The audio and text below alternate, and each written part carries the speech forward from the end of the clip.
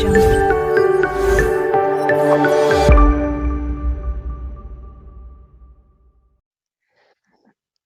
दोस्तों, math learn study YouTube channel पर आपका स्वागत है। आज हम सीखेंगे संख्या पद्धति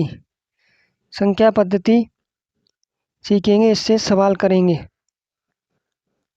क्लास 9th चैप्टर 1 संख्या पद्धति प्रश्नावली 1.1। पहला प्रश्न है इसमें। प्रश्न 1 क्या है? क्या 0 एक परिमेय संख्या है? क्या इसे P/Q के रूप में लिखा जा सकता है जबकि P और Q पूर्णांक हैं और Q का मान है 0 के बराबर नहीं है? क्या क्वेश्चन दिया है? क्या 0 एक परिमेय संख्या है?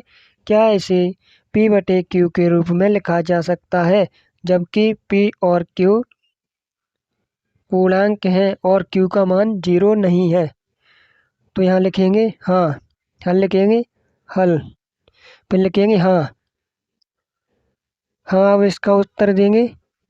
0 को P/Q के रूप में लिखा जा सकता है। 0 को P/Q के रूप में लिखा जा सकता है जबकि P बराबर 0, Q बराबर 1, 2 डॉट डॉट हो सकते हैं। P बराबर तो 0 लिखेंगे और Q का मान यहाँ लिखा है पहले से, Q का मान 0 नहीं होना चाहिए। P बराबर 0 रखेंगे, Q बराबर 1, 2, 3 आगे जहाँ तक लिखेंगे, लिख सकते हैं वहाँ तक। तो यहाँ क्या लिखा है? 0 बराबर 0 में P का मान लिख लिया, P/Q लिखा है यहाँ,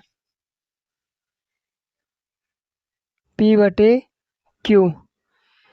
P का मान कितना दिया है? यहाँ नीचे कितना मान है? 0, Q का मान 1, 0, Q का मान 2, ऐसे ही आगे ले जाएंगे। आगे देखो, शुरू से करते हैं। P/Q बराबर P का मान 0 माना है 0 और Q का मान 1, 2, 3 माना है। आगे जहाँ तक लिखना है लिख सकते हो। 0, 2, 0, 3, 0, 4 डॉट डॉट आगे जहाँ लिखना है लिख सकते हो, इत्यादि।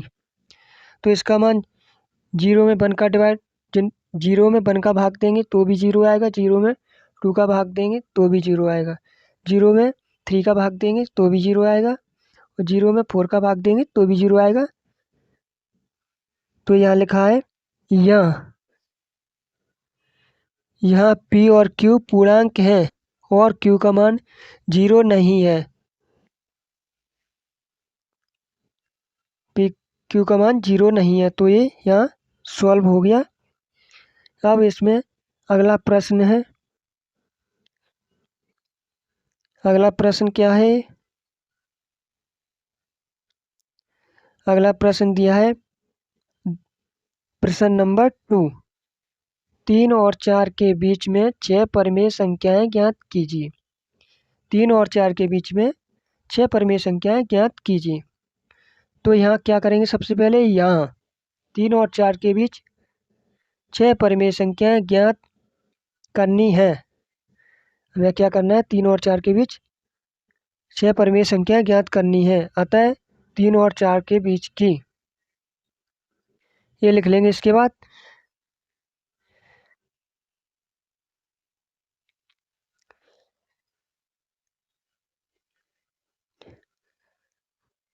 यहाँ लिखेंगे। इसके बाद क्या है? यहाँ पहली परिमेय संख्या निकालेंगे तो 3 और कितना दिया था?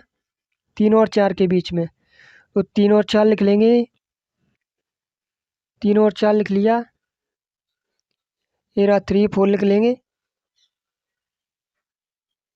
3, 4 में 2 का डिवाइड कर देंगे क्योंकि 3, 4 दो संख्या है, तो 3, 4 को जोड़ेंगे और 2 का भाग देंगे उसमें। तो 2 का 3 और 4 कितना हो गया 7। 7 हो गया। अब उसमें 2 का भाग देंगे तो कितना आएगा 3.5। 2 का भाग देंगे तो कितनी बार जाएगा 3 बार, 2 3 6। अब यहाँ कितना बचेगा 1। तो 1 पॉइंट लगा के 0 बढ़ा लेंगे और 2 का डिवाइड करेंगे 10 में, कितनी बार जाएगा 2 5 जा 10। तो यहाँ कितना आएगा 3.5। ऐसे अब दूसरी संख्या निकालेंगे तो क्या करेंगे 3 में 3.5 को जोड़ देंगे। ये आया है, ये कितना है 3.5 और 3 उसमें दिया था, 3 में 3.5 जोड़ देंगे, कितना आ जाएगा 6.5। उसमें 2 का डिवाइड करेंगे, कितनी बार जाएगा 2 3 या 6 आ जाएगा, 3 बार जाएगा। और जो 5 बचेगा उसमें देंगे 2 2 या 5। ऐसे देखो 6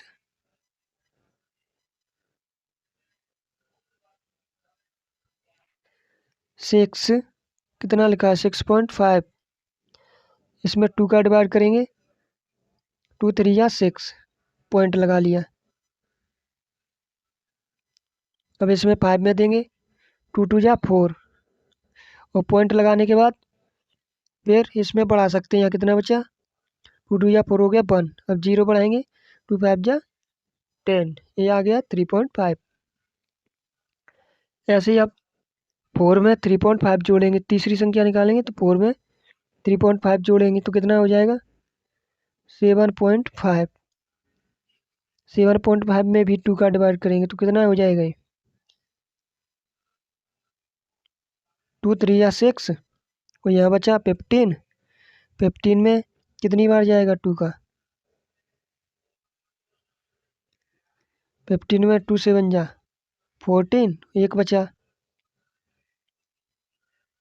10, 2 5 जा 10, तो ये आ गया 3.5। ये आ गया 3.5। ऐसे ही आगे जोड़ते जाएंगे, जो आंसर आएगा उसमें जोड़ते जाएंगे। चौथी संख्या निकालेंगे 3.5 में 3.5 जोड़ेंगे,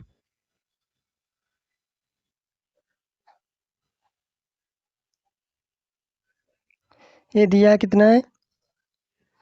चौथी संख्या निकालनी है तो चौथी में तीसरी का ये आंसर आया है उसको जोड़ेंगे और पहली का ये आया है 3.5। तो ये हुआ 3.5 और 3.25, इसको जोड़ के 2 का डिवाइड करेंगे तो इसको जोड़ो 3.5 और 3.25, इसको जोड़ेंगे तो ये आएगा 6.75। इसमें 2 का डिवाइड करेंगे तो कितना आ जाएगा 3.375। कैसे आएगा 6.75 में 2 का डिवाइड करेंगे 2 3 या 6 आ गया, पॉइंट लगा लिया। अब इसमें देंगे 2 3 या 6 होगा। अब यहाँ कितना बचा 1 और यहाँ 5, 2 7 जा 14 हो जाएगा। फिर यहाँ क्या 15 में से 14 गया 1, 1 में 0 बढ़ाएंगे 10, 10 में देंगे तो कितना 5, तो ये आ गया 3.375। अब इसमें 5 भी निकालेंगे तो पहली का आंसर और 5वीं का आंसर, पहली का आंसर ये आया है और चौथी का आंसर, इन दोनों को जोड़ देंगे।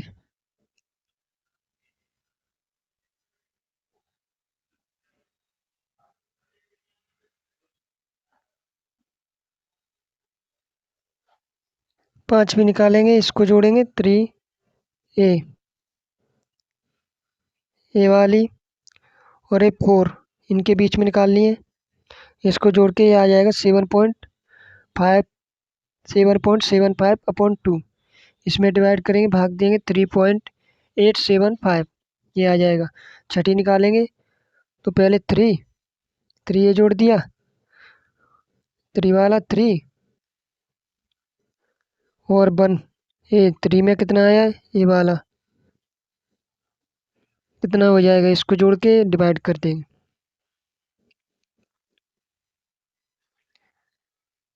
ये वाला और ये वाला जोड़ के 2 का डिवाइड करेंगे, कितना आ जाएगा 3.125।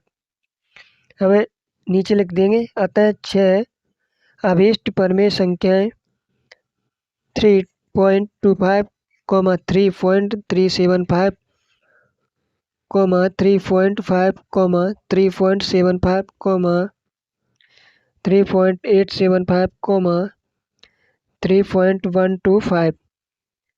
अब इसको दूसरी विधि से भी हल कर सकते हैं। दूसरी विधि से कैसे हल करेंगे, ये लिखा है दूसरी विधि, निम्नलिखित सभी परमेय संख्याएं 3 और 4 के बीच हैं। तो ये लिखेंगे हमें 3/5 और 3/4/5 के बीच की 5 परमेय संख्याएं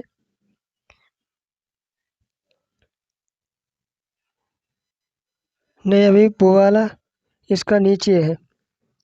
दूसरी विधि क्या है, निम्नलिखित सभी परमेय संख्याएं 3 और 4 के बीच है।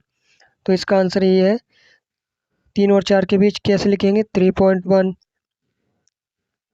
3.1, 3.2, 3.3, 3.4, 3.5, 3.6, 3.7, 3.8, 3.9, ये हो गई।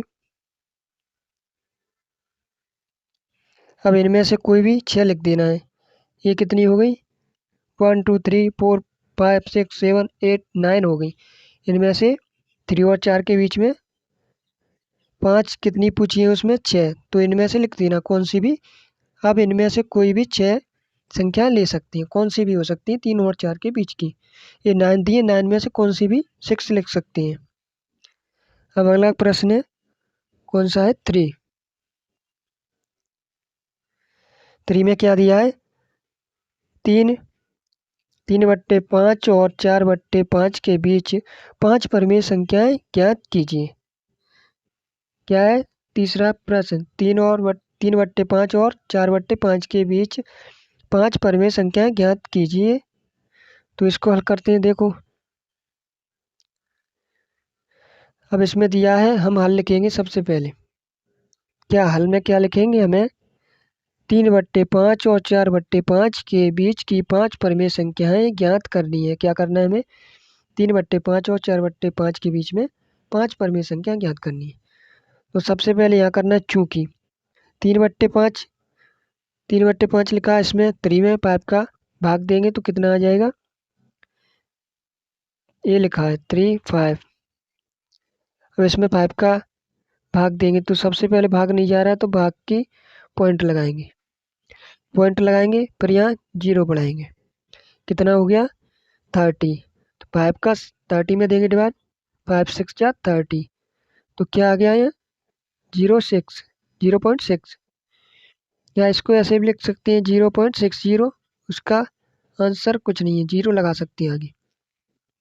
अब ये लिखा है 4.5 लिखा है इसमें, दूसरी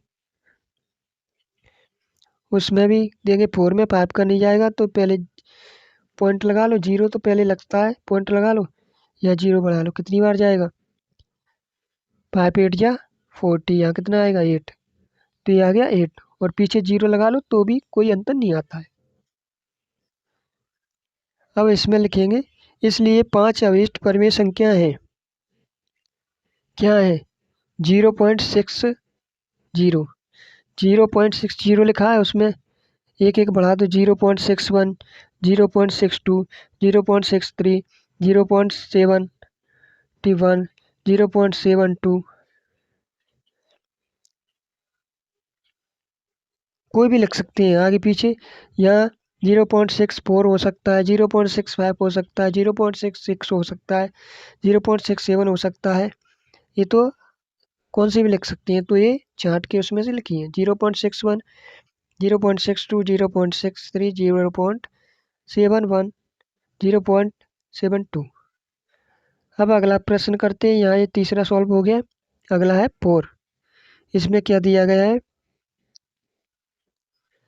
क्या निम्नलिखित कथन सत्य हैं, कारण सहित कारण सहित उत्तर दो।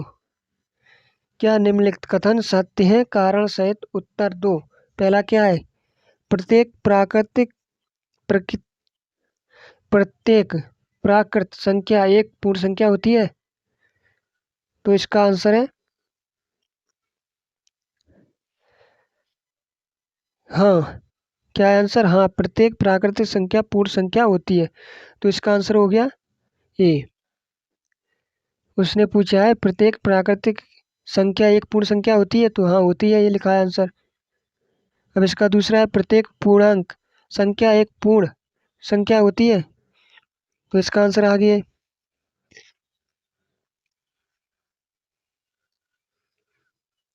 दूसरे का आंसर क्या है? नहीं।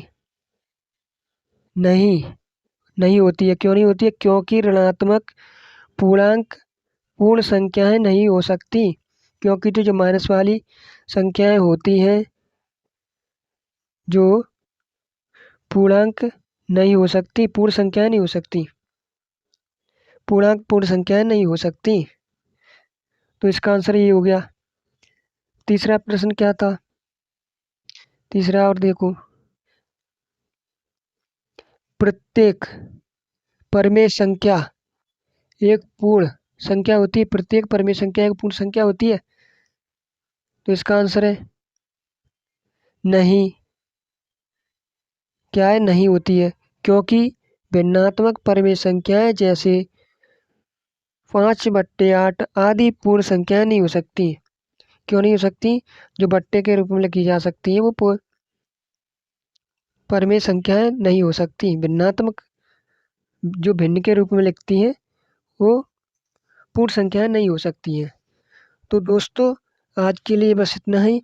अच्छा लगा हो तो चैनल को सब्सक्राइब करें, बेल आइकन को प्रेस करें, और इसकी PDF चाहिए तो डिस्क्रिप्शन में जाकर उसमें से टेलीग्राम की लिंक पर जाकर टेलीग्राम ज्वाइन कर लें, उस पर ये PDF मिल जाएगी।